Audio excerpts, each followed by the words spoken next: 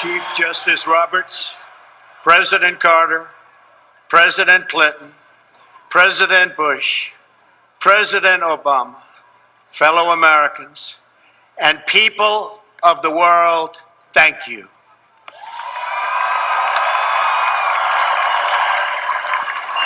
We, the citizens of America, are now joined in a great national effort to rebuild our country and restore its promise for all of our people. Together, we will determine the course of America and the world for many, many years to come. We will face challenges. We will confront hardships, but we will get the job done. Every 4 years, we gather on these steps to carry out the orderly and peaceful transfer of power. And we are grateful to President Obama and First Lady Michelle Obama for their gracious aid throughout this transition. They have been magnificent. Thank you.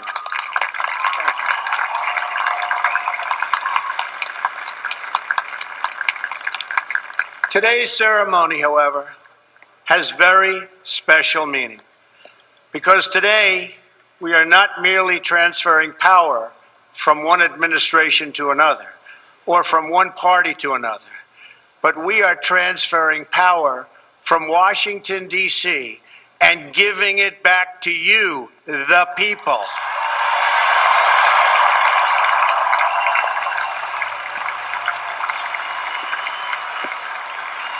For too long, a small group in our nation's capital has reaped the rewards of government while the people have borne the cost.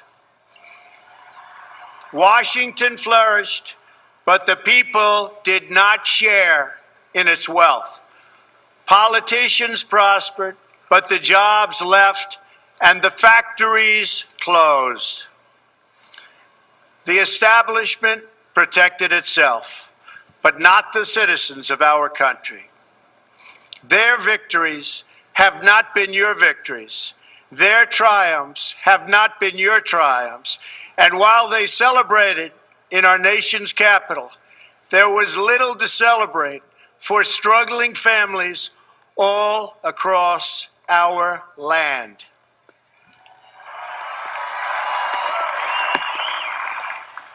That all changes starting right here and right now, because this moment is your moment. It belongs to you.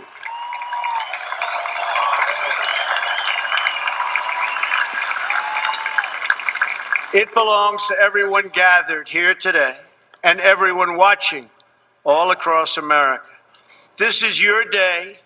This is your celebration.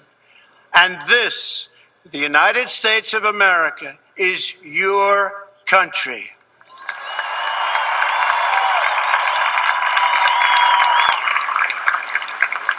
What truly matters is not which party controls our government, but whether our government is controlled by the people. January 20th, 2017 will be remembered as the day the people became the rulers of this nation again.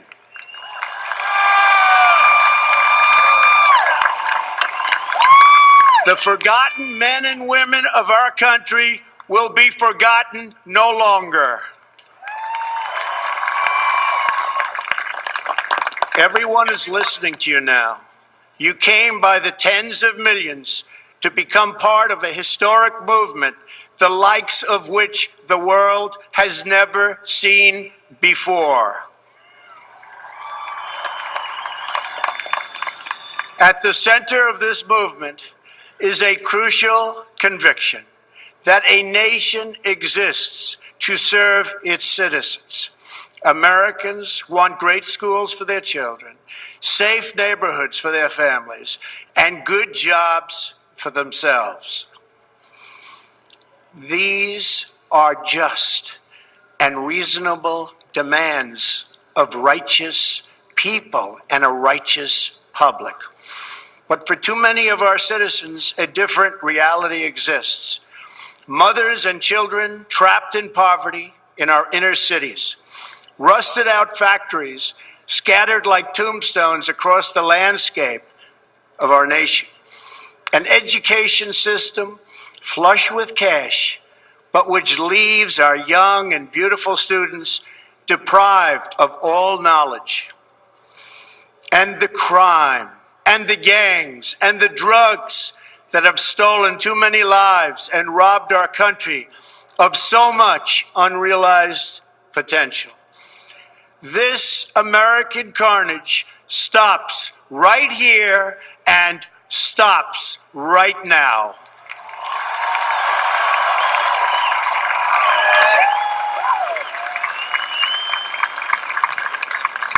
We are one nation, and their pain is our pain. Their dreams are our dreams, and their success will be our success. We share one heart, one home, and one glorious destiny. The oath of office I take today is an oath of allegiance to all Americans.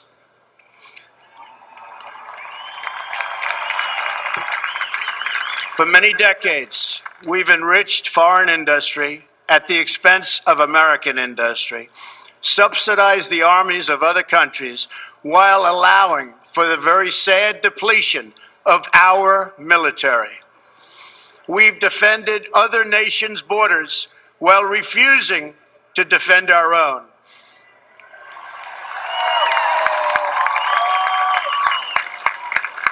And spent trillions and trillions of dollars overseas while America's infrastructure has fallen into disrepair and decay. We've made other countries rich while the wealth, strength, and confidence of our country has dissipated over the horizon. One by one, the factories shuttered and left our shores, with not even a thought about the millions and millions of American workers that were left behind. The wealth of our middle class has been ripped from their homes and then redistributed all across the world. But that is the past, and now we are looking only to the future.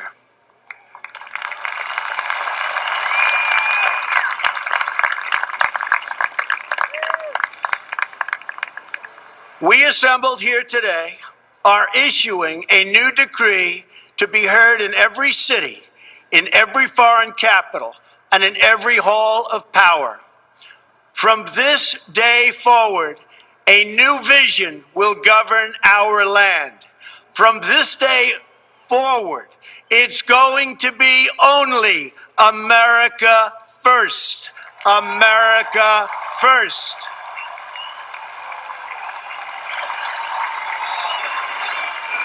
Every decision on trade, on taxes, on immigration, on foreign affairs will be made to benefit American workers and American families. We must protect our borders from the ravages of other countries making our products, stealing our companies, and destroying our jobs.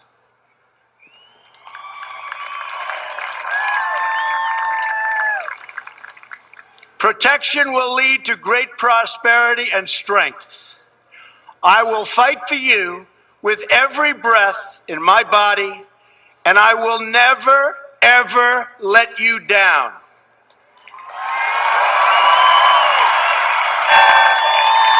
America will start winning again, winning like never before. We will bring back our jobs. We will bring back our borders. We will bring back our wealth.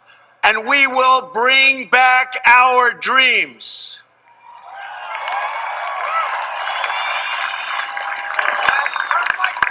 We will build new roads and highways and bridges and airports and tunnels and railways all across our wonderful nation.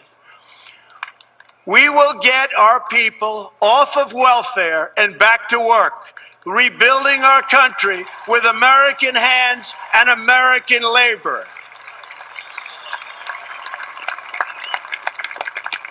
We will follow two simple rules: buy American and hire American. We will seek friendship and goodwill with the nations of the world, but we do so with the understanding that it is the right of all nations to put their own interests first. We do not seek to impose our way of life on anyone, but rather to let it shine as an example. We will shine for everyone to follow. We will reinforce old alliances and form new ones and unite the civilized world against radical Islamic terrorism, which we will eradicate completely from the face of the earth.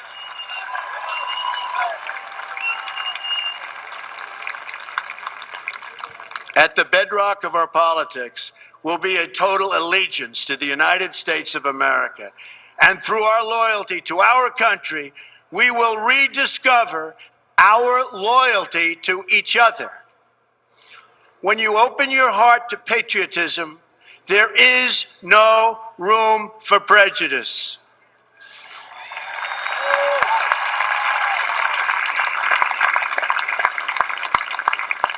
The Bible tells us how good and pleasant it is when God's people live together in unity. We must speak our minds openly, debate our disagreements honestly, but always pursue solidarity. When America is united, America is totally unstoppable.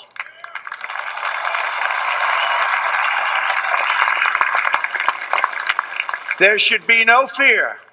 We are protected, and we will always be protected.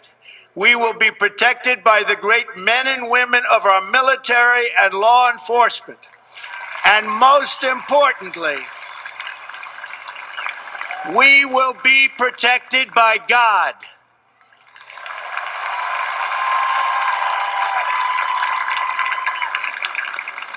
Finally, we must think big and dream even bigger.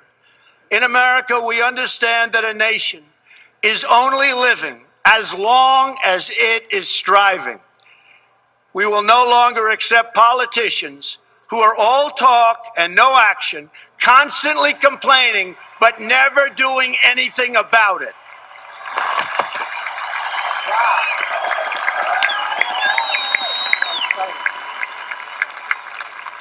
The time for empty talk is over. Now arrives the hour of action.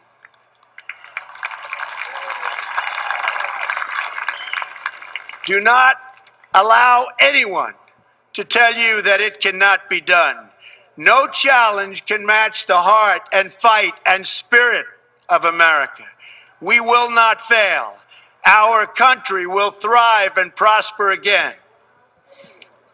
We stand at the birth of a new millennium, ready to unlock the mysteries of space, to free the earth from the miseries of disease, and to harness the energies, industries, and technologies of tomorrow.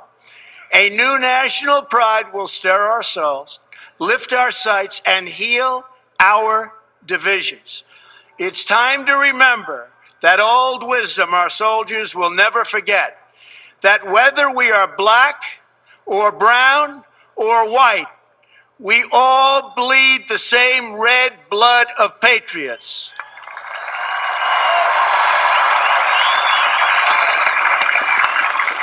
We all enjoy the same glorious freedoms, and we all salute the same great American flag.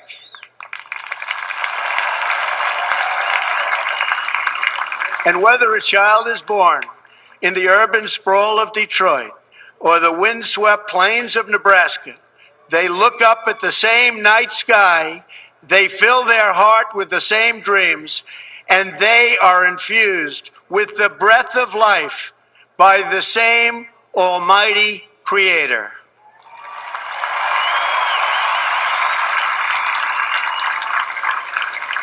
So to all Americans in every city, near and far, small and large, from mountain to mountain, from ocean to ocean, hear these words: you will never be ignored again.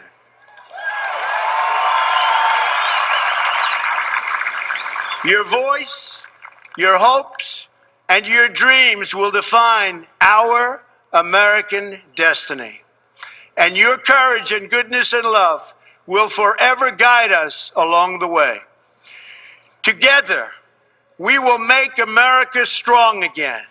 We will make America wealthy again. We will make America proud again. We will make America safe again. And yes, together, we will make America great again. Thank you, God bless you, and God bless America. Thank you. God bless America.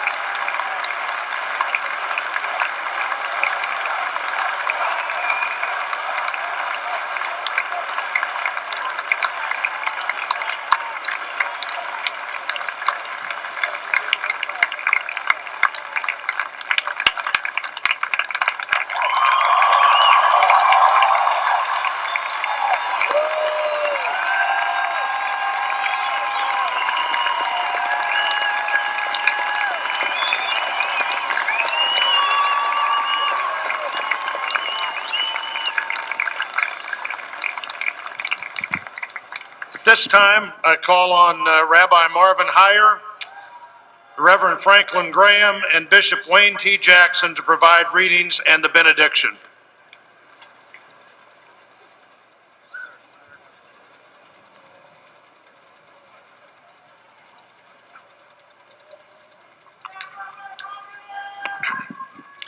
Eternal God, bless President Donald J. Trump and America, our great nation.